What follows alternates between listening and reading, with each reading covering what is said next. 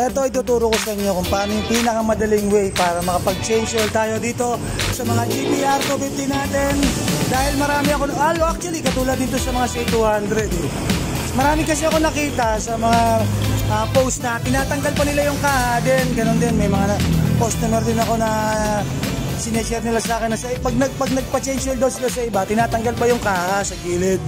So masyadong kain kasi sa orasyon din, marami ka pang tornilyong tatanggalin. Minsan may nababasag pang mga clip. So pinaka the best, wala na tayong tatanggalin kaha dyan ha. Pinaka the best yan, i-share ko sa inyo, napakasimple lang nito. Siyempre unang-una kailangan nyo ng close range na 24mm.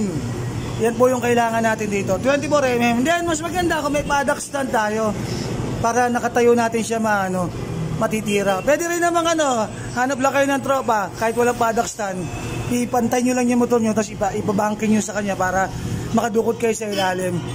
So ito papakita ko sa inyo eksakto to. Sakto meron akong dito apprentice para ma-share, makita rin niya ng actual kung paano yung diskarte natin para matanggal natin yung drain plug na walang baklasan ng kaha. Kasi may mga nagsasabi imposible daw, ganun, mahirap daw, bla bla bla. Then meron pang iba binubutasan dito, ganyan. So nagsirapan ng kaha. Kala mo naman araw-araw nag-change oil. So ito yung pinaka-easiest way. Diskarte lang talaga. So dito tayo. Ito na, napasimple lang nito. Unang-una, syempre kailangan nyo ng panahod. Ito yun, di ba? So mamaya, ganyan nyo muna yan. Papakita ko sa inyo dito kung paano diskarte. So ito yung drain plug kung nakikita nyo, di ba? Ayan yun. So tingnan nyo kung paano diskarte ha. So ito yung close range, papasok nyo lang dito. Ganyan. Huwag nyo pipihitin patulak, mahirap yan, matigas talaga yan. Diskarte dyan, hanggo nyo lang na ganyan. And then bigyan nyo na isang malakas na pitik. Isang malakas na pitik lang para magkaroon siya ng impact. Ayan pitik-pitik lang. Hindi nyo kailangan birahin ng malakas kasi matigas yan, mabibilog lang tong ulo nito. So unang pitik lang. Kung di makaya ng isa, dalawa, tatlo, basta pitik-pitik lang. And then pag lumuwag na, pwede nyo nang tiyagayin, ikot-ikutin yan. Pwede nyo na rin kamayin. Pero pinaka the best pag mag-change oil kayo siguraduhin nyo malamig yung makina para hindi ma-lost thread yung mga tornilyo or hindi mabengkong.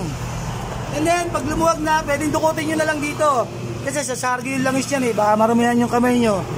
Eto, matatanggal natin yan na hindi tayo marurumihan yung kamay.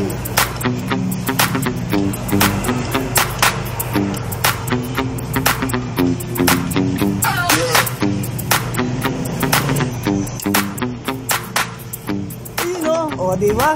Ganun lang kasimple yun. Napaka basic niyan. Hindi nga kailangan magbaklas ng kaha o kaya magbutas pa ng kaha, magsira.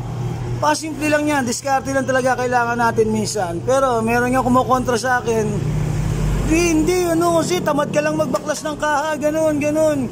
Tawag doon yung lang, bubutasin na lang, mas madali pa. My God.